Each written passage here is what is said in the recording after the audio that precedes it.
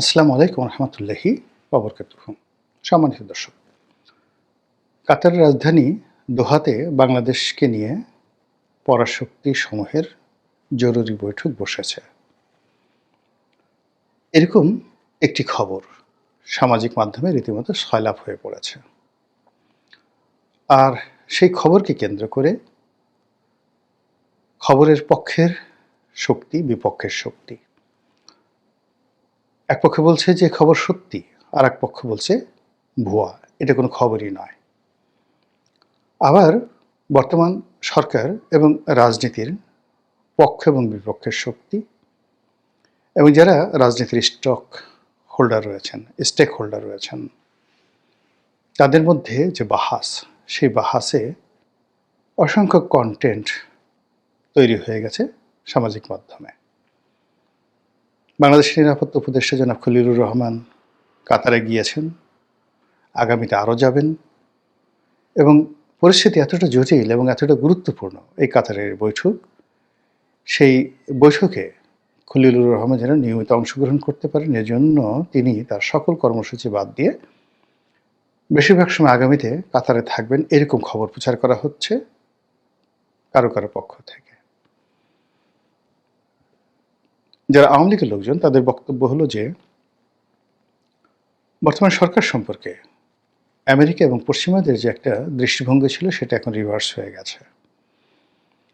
America এবং Europe তাদের মোহভঙ্গ হয়েছে এবং তারা মনে করছে যে বর্তমান সরকার গণতন্ত্রের জন্য, তাদের প্ল্যান প্রোগ্রামের জন্য, কিংবা তারা বাংলাদেশের কাছ থেকে আগামীতে যা কিছু আশা করছে তার জন্য এই সরকার উপযুক্ত নয়।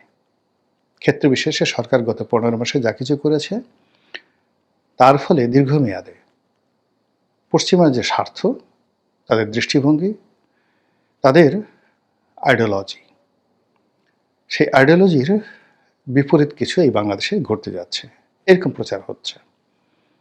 কাজেই তারা তওবা করতে চাচ্ছে, ফিরে যেতে চাচ্ছে, মাপ চেয়েছে, ক্ষমা চেয়েছে বা ক্ষমা চাইতে তারা প্রস্তুত। কি করবে? আবার সেই যে লাউ সেই কদু, বিএনপির কাছে যাও, কিংবা আবার সেই আওয়ামী লীগের কাছে যাও, আওয়ামী লীগ বিএনপিকে একত্রে বসাও।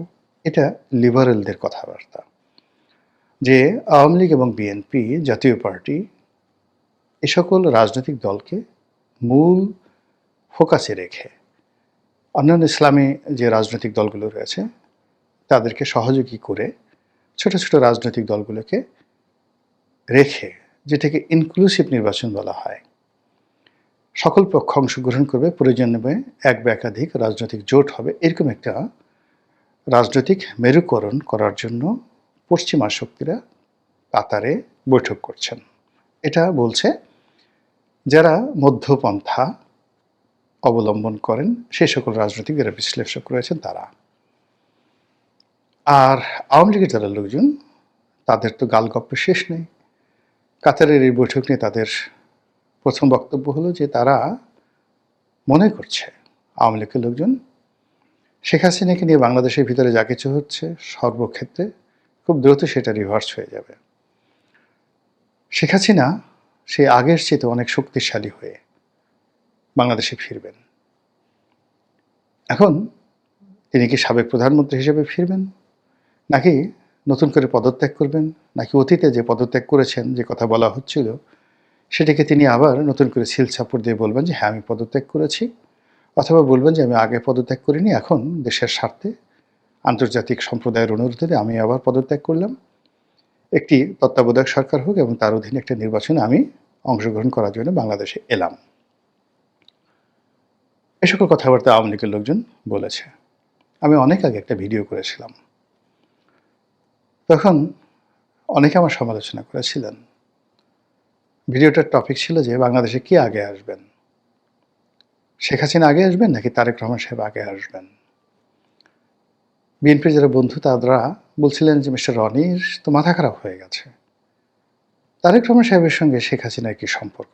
শেখ হাসিনা ইজ আউটস্টেড, তাকে বাংলাদেশ থেকে বিতাড়ন করা হয়েছে, তিনি এখান থেকে পালিয়ে গেছেন, তার রাজনীতির কবর রচনা হয়ে গেছে। আগামী 20 বছরের মধ্যে আওয়ামী লীগের সরেয়া উচ্চারণ করার মতো লোক যেখানে নাই, সেখানে বাংলাদেশে কে আগে আসবেন এবং সেখানে তারেক রহমান সাহেবের সঙ্গে যদি শেখ হাসিনার আগমনের তুলনা করা হয়, এর চেয়ে বদভুন্মাতার বাংলাদেশে কে আছে? মতলববাজ লোক কোথাকার। কেউ হয়তো রাগে ফাজিলও বলেছেন, আমি সাধারণত কমেন্ট খুব কম দেখি। কিন্তু আজকের এই দিনে যদি আপনি বাস্তবতা দেখেন, শেখ হাসিনার প্রত্যাবর্তন সম্ভব অসম্ভব নিয়ে আমি একটা কথাও বলবো না, কিন্তু তারেক রহমান সাহেবের দেশে আগমন নিয়ে যে ধোঁয়াশা তৈরি হয়েছে, যে অনিশ্চয়তা তৈরি হয়েছে, যে দ্বিধাদ্বন্দ্ব তৈরি হয়েছে, যে প্রশ্নগুলো উঠছে, সেগুলো আমাদের গত 15 মাসের পুঞ্জীবিত ক্ষোভ, কষ্ট, বেদনা, অনিশ্চয়তার একটি সম্মিলিত রূপ। যা বলছিলাম, কাতারে সেই বৈঠক নিয়ে আওয়ামী লীগের লোকজন যেটা বলার চেষ্টা করছেন যে মূলত আওয়ামী লীগকে মূল রিংয়ে ফেরানোর জন্য পশ্চিমা রাষ্ট্রশক্তি, পরাশক্তি ভারতের মধ্যস্থতায় বা ভারতের ইনফ্লুয়েন্সের প্রভাবে এই কাজগুলো করছে। আওয়ামী লীগের লোকজন মনে করছেন যে এখন বাংলাদেশে যে রাজনীতির দুর্ভিক্ষ চলছে, সেখানে গত 14 মাসে বাঙালির মোহভঙ্গ হয়েছে। তারা বুঝতে পেরেছে কি রত্ন তারা হারিয়েছে, তারা বুঝতে পেরেছে কি সর্বনাশ বাংলাদেশে ঘটেছে। উন্নয়ন, অবকাঠামো উন্নয়ন, মানব সম্পদ উন্নয়ন, কর্মসংস্থান সৃষ্টি, কর্মসংস্থানের যে সৃজন সেটি, এবং বাংলাদেশ নামক রাষ্ট্রটিকে সারা দুনিয়াতে ব্র্যান্ডিং করার ক্ষেত্রে আওয়ামী লীগের কোনো বিকল্প নাই, এটা আওয়ামী লীগের লোকজন মনে করছে। কারণ গত 14 মাসে আমাদের পাসপোর্টের যে করুণ দশা, বিশ্বের বেশিরভাগ দেশ এখন ভিসা দিতে দ্বিধাগ্রস্ত। অনেক জায়গায় ভিসা পাওয়া যাচ্ছে না। বাঙালিরা যেখানে সেখানে অপদস্থ হচ্ছেন বিদেশের মাটিতে। কিন্তু শেখ হাসিনার জমানাতে এটা ছিল না। আওয়ামী লীগের লোকজনের বক্তব্য, সেই গ্লোরিয়াস টাইম, শেখ হাসিনার যে গ্লোরিয়াস টাইম, সেটি হয়তো আবার বাঙালিরা আশা করছে। তারা পদ্মা সেতু দিয়ে যখন যায় তখন শেখ হাসিনার জন্য কাঁদে।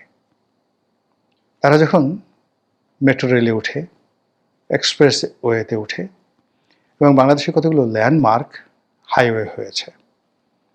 আপনি যদি টাঙ্গাইল যান, ঢাকা টাঙ্গাইল হাইওয়ে, আপনি যদি বগুড়া যান, রংপুর যান, সেক্ষেত্রে উত্তরবঙ্গের যে হাইওয়েগুলো হয়েছে। আপনি যদি ঢাকা থেকে কুয়াকাটা যেতে চান, যে রাস্তাগুলো নষ্ট হয়েছে 14 মাসে, সেগুলো বাদে বাকি যে রাস্তাগুলো হয়েছে, যে ব্রিজগুলো হয়েছে, একটানে আপনি ঢাকা থেকে কুয়াকাটা, দেশের দ্বিতীয় বৃহত্তম পর্যটন কেন্দ্র, ঢাকা থেকে মাত্র এখন 7 ঘন্টায় আপনি কুয়াকাটা পৌঁছাতে পারবেন। এই কাজের জন্য শেখ হাসিনা প্রশংসা দাবি করেন। এই কাজের জন্য আওয়ামী লীগ প্রশংসা দাবি করে, এবং তারা মনে করে এই যাত্রীতে, মানে এখানে যারা চলাচল করে, তারা সবাই শেখ হাসিনার জন্য কান্নাকাটি করে দোয়া করে, এবং মানুষের দোয়ায় শেখ হাসিনা ফিরে আসবে। এবং এই কারণে তারা মনে করছে যে কাতারে যা কিছু ঘটছে সেটা আল্লাহর রহমত, আল্লাহর বরকত, এবং আল্লাহ যে অনেক কিছু করতে পারেন সেটা এই শেখ হাসিনা ক্ষমতাচ্যুত না হলে বাঙালিও বুঝতে পারতো না, আর আওয়ামী লীগও বুঝতে পারতো না। আওয়ামী লীগের অনেক বদমাস, বাজে লোক, গুন্ডা, তারা এই সেই যাকে বলা হয় গণঅভ্যুত্থানের কারণে ঝরে পড়েছে। আর আমাদের দেশের মধ্যে যে সকল বেঈমান, মুনাফিক, মির্জাফর, আলবদর, আসাম, সারাজাকার এ যুগের, তারা যেভাবে ঘাপটি মেরেছিল, তারা এই দেশটিকে রীতিমতো শকুনের মতো ভাগযোগ করে খেত, তাদের মুখোশ উন্মোচন হয়ে গেছে এই গত 14 মাসে।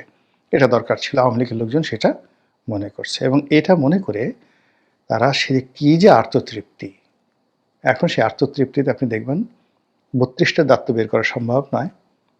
হাসলে সর্বোচ্চ আপনি যখন অট্টহাসি দিবেন, যতগুলো দাঁত বের হয়, সেই দাঁতগুলো বের করে তারা এই কাতারের বৈঠক নিয়ে নানা রকম উচ্ছ্বসিত মন্তব্য তারা করে যাচ্ছেন। যারা একটু চালাক, গভীর জলের মাছ, তারা সুন্দর করে বলার চেষ্টা করেছেন কাতার মূলত একটি আওয়ামী ফ্রেন্ডলি কান্ট্রি। কাতারের বর্তমান আমির, এই আমিরের পরিবার এবং এই আমিরের বাবা, তারা সবাই শেখ পরিবারের সঙ্গে, বঙ্গবন্ধু পরিবারের সঙ্গে, আওয়ামী লীগের সঙ্গে মারাত্মকভাবে মানে তাদের সম্পর্ক রয়েছে। এখানে মারাত্মক বললাম এই করে যে বাংলাদেশের লোকজনকে সাধারণত মধ্যপ্রাচ্যে যারা শেখ রয়েছেন, আমির উমরা রয়েছেন, তারা পাত্তা দিতে চান না। মধ্যপ্রাচ্যে রাজা বাদশাদের দরবারে একমাত্র এরশাদ সাহেব, বিশেষ করে যে এখন দুবাইয়ের যে, দুবাই না, আরব আমিরাতের যে আল নাহিয়ান পরিবার, এই আল নাহিয়ান পরিবারের সঙ্গে হুসেন মোহাম্মদ এরশাদের একটা সম্পর্ক গড়ে উঠেছিল। এর বাইরে আরবের লোকজন, তারা এই বাংলাদেশে যারা লোকজন আছে তাদেরকে লেবার, প্লাম্বার এরকম লোকজন মনে করে। অন্যদিকে শহীদ প্রেসিডেন্ট জিয়াউর রহমান সাহেবের সঙ্গে তৎকালীন সৌদি বাদশার একটা সম্মানজনক সম্পর্ক গড়ে উঠেছিল, এবং তারই স্মৃতিস্বরূপ এখনও আরাফাতের ময়দানে আমরা সেই জিয়াউর রহমানের যে উদ্ভাবিত নিম গাছ, সেই নিম গাছ আমরা দেখতে পাই।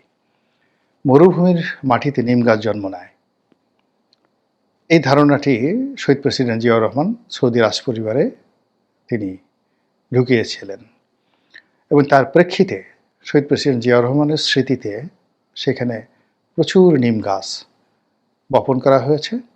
এখন ফুলে ফলে প্রস্ফুটিত হয়ে সেখানে নিম বাগান তৈরি করে ফেলেছে, মরুদ্যানের মতো করে।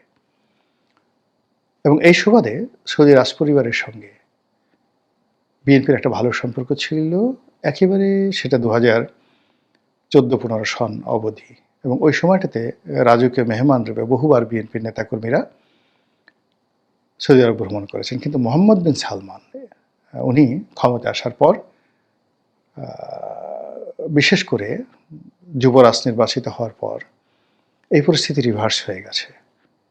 বিএনপির জন্য এখন আর সৌদি আরব অভয়ারণ্য নয়, বরং মোহাম্মদ বিন সালমানের সঙ্গে শেখ পরিবারের, বাংলাদেশের শেখ পরিবারের ব্যক্তিগত সম্পর্কটা কোন পর্যায়ে গিয়েছিল, এটা নিরপেক্ষভাবে যদি আমি এখন বলি, আমাকে সবাই এখন আওয়ামী লীগের দালাল বলার চেষ্টা করবেন।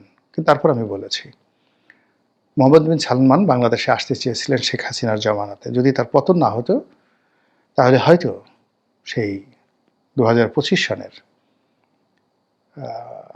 ফেব্রুয়ারি বা মার্চ মাসে মোহাম্মদ বিন সালমান আসতেন, এবং সৌদি তেল কোম্পানি আরামকো, সেই আরামকোর বিগেস্ট ইনভেস্টমেন্ট, পৃথিবীর সবচেয়ে বড় ইনভেস্টমেন্টটা চট্টগ্রামে হওয়ার কথা ছিল 3টা ফেজে। চট্টগ্রাম ইস্টার্ন রিফাইনারিকে আধুনিকীকরণ, নতুন এলএনজি টার্মিনাল নির্মাণ, এবং গভীর সমুদ্রে রিফাইনারি প্রতিষ্ঠা করা, এবং সেই রিফাইনারি থেকে এই যে আমাদের যে দক্ষিণ পূর্ব এশিয়া সহ বে অফ বেঙ্গল কেন্দ্রিক যে সকল দেশ রয়েছে, ইন্দোনেশিয়া, চায়না, তারপর সিঙ্গাপুর, এ সকল এলাকাতে সৌদি তেলের যে বাফার স্টক এবং সরবরাহ, সেই ব্যাপারে তাদের একটা মাস্টার প্ল্যান ছিল। $1 ট্রিলিয়ন একটা ইনভেস্টমেন্ট পরিকল্পনা হচ্ছিল ওই জামানাতে। এটা সৌদি আরবের যে সরকারি নথিপত্র রয়েছে, বাংলাদেশ দূতাবাস রয়েছে, সৌদি পররাষ্ট্র দূতাবাস রয়েছে, এবং আমাদের পররাষ্ট্র মন্ত্রণালয় রয়েছে। যে কেউ চ্যালেঞ্জ করলে সেখানে খোঁজ নিয়ে দেখতে পারেন। তো কাজেই আরবের ভূমিতে এই যে মুসলমান রাজা বাদশাদের বা আমাদের দেশের রাজনৈতিক নেতৃবৃন্দের যে সম্মান এবং মর্যাদা, এই যে যতটুকু বললাম এর বাইরে হয়নি। বাকি সবাই সেখানে ফকির, লেবার এরকম হিসেবে ট্রিট করে। এবং তার প্রমাণ আমরা গত 14 মাসে দেখেছি যে এই দেশগুলো থেকে বর্তমান রেজিম যারা চালাচ্ছেন, সেটা দুবাই হোক, কাতার হোক, সৌদি আরব হোক, কুয়েত হোক, কিংবা অন্য কোনো দেশ, ওমান হোক, কোনো দেশ থেকে ওরকম সম্মানজনক আমরা কোনো কিছু পাইনি। তারই ধারাবাহিকতায় আওয়ামী লীগের লোকজন বলার চেষ্টা করছেন, যেহেতু কাতার এখানে নেগোসিয়েশন করছে, সেখানে কাতারের আমির, তাদের সেনাবাহিনী প্রধান, তাদের ডিজিএফআই প্রধান, মানে ডিজিএফআই বলতে তাদের তো ডিজিএফআই নয়, তাদের হয়তো অন্য নামে আছে, তারা এখানে যে নেগোসিয়েশনগুলো হচ্ছে, সেই নেগোসিয়েশনে তারা শেখ হাসিনার পক্ষে অতীত সম্পর্কের কারণে তারা ওকালতি করছেন। আর এখন আপনারা জানেন যে সৌদি আরবের, মানে কাতারের যে আমির এবং সৌদি আরবের যে ক্রাউন প্রিন্স, তিনি এবং আগামীতে সংযুক্ত আরব আমিরাতে যিনি প্রধান ব্যক্তি হতে যাচ্ছেন, এই ত্রয়ী, এই শক্তিটি মূলত এখন মধ্যপ্রাচ্যের পুরো রাজনীতি নিয়ন্ত্রণ করছে। তো কাজেই তাদের সঙ্গে যদি তারেক রহমান সাহেবের সম্পর্ক হয়, কিংবা জয়ের সম্পর্ক হয়, আওয়ামী লীগের সম্পর্ক হয়, বিএনপির সম্পর্ক হয়, সেই সম্পর্ক আমেরিকার সম্পর্কের চাইতে অধিক গুরুত্বপূর্ণ, ফ্রুটফুল এবং ইকোনমিক্যালি ভায়াবল। সেই অর্থে কাহাত্তারে এই বৈঠক নিয়ে যে কিছু হচ্ছে, মানে একেবারে যে মিথ্যা তাও যেমন বলা যাচ্ছে না, কোনো কিছু উড়িয়ে দেওয়া যাচ্ছে না, এবং এটার যে গুরুত্ব আছে এটা অবশ্যই আপনাকে স্বীকার করতে হবে। এখন আসলে সেটা কি হচ্ছে সেটা সময় হলে দেখা যাবে। আল্লাহ আমাদের সবাইকে হেদায়েত দান করুন এবং